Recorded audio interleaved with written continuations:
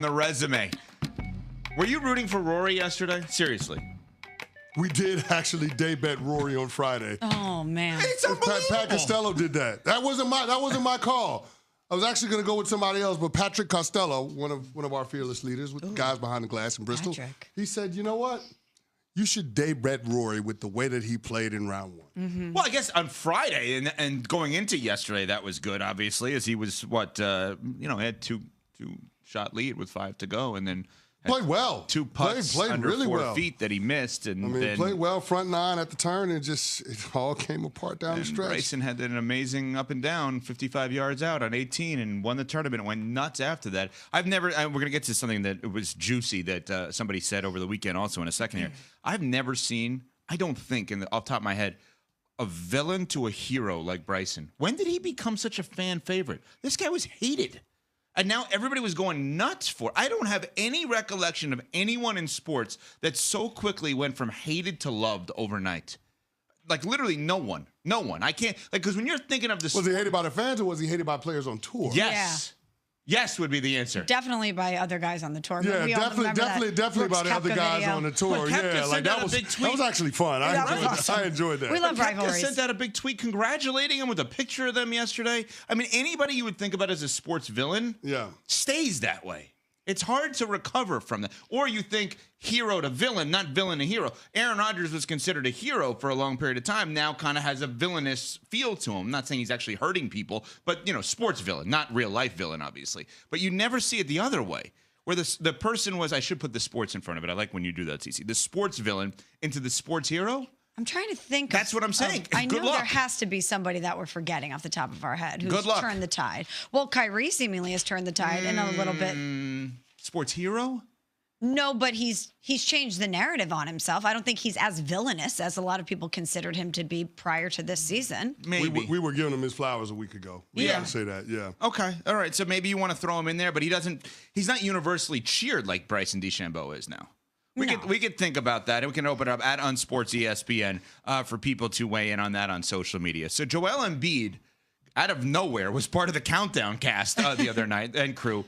And I don't believe, correct me if I'm wrong, that was a planned thing. I think producers. He was in a T-shirt. Certainly, definitely right. not So planned. producers and people and Stephen A. and Malika and everybody and Woj and everybody saw him there, like, hey, come on around here. And Paul George was there too, by the way, who he gave like kind of a look to, like talking about the offseason because Paul George is a free agent. But Embiid had a comment about the Boston Celtics with Stephen A. on NBA Countdown on Friday. I don't think so. Not with the new CBA.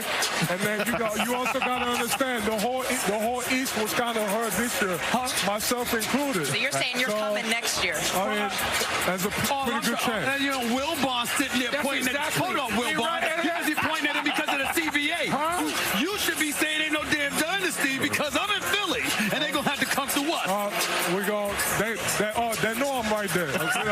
Don't remember that. I know you are. I'm the MVP. Don't forget that. I know you are. I know. It's the rest of your team that's up. I just gotta get a little bit of luck. That's what I'm talking about. Stay healthy. One more piece. And I know everything else is gonna take maybe one more.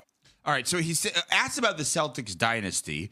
He's saying no because of the CBA, collective bargaining agreement. I don't think that would factor into this specifically. It actually doesn't, no. Yeah, because what the CBA does to kind of keep it like easy, you can't have 3 megastars, but you can have 2 and then good players to great players around them. You just can't have 3 guys like Tatum and Brown. You can't have a third, like the Suns, who have built this team horribly, by the way. But so they've actually built it beautifully. Yeah. And if they are going to have a dynasty, they are contractually set up to do so right now. Yeah. Because even if you don't think you can extend a guy like Derek White or whatever it is. They're going to extend Derek White. But let's just say, for argument's sake, you can't.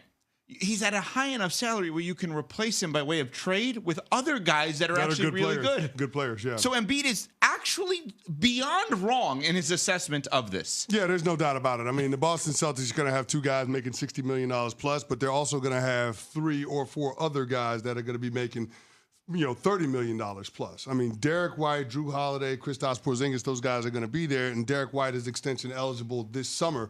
4 years, $126 million. For Derek White. For Derek White. For a guy that was a Division II basketball player, not bad. Very not bad. Like and he could 30+ million. And he could potentially be on Team USA this summer if Kawhi Leonard's not healthy enough. So Derek White has got it all going for himself. But the Boston Celtics also have it all going for themselves in terms of roster construction. So, yeah, Embiid is certainly a little bit premature in his commentary. I don't even think he should enter the chat when it comes to whether or not the Boston Celtics can be a dynasty. The Philadelphia 76ers have their problems on their own. I mean, outside of Tyrese Maxey, I don't think that they have anybody under contract going into next year. So your team needs to take care of their own business. They got plenty of cap space to do it. They've got to make some smart moves. Daryl Morey in that front office. The other thing is, Joel Embiid, you got to stay healthy. Because right now, the process is on life support. Why should I believe that the Philadelphia 76ers are going to have anything to say about the Boston Celtics competing for championships when the Sixers can't get to the damn conference finals? And I get that Embiid missed a lot of the season. Apparently, he also missed the fact that Nikola Jokic won MVP this year, not him. Right. So he is not the MVP. Good one.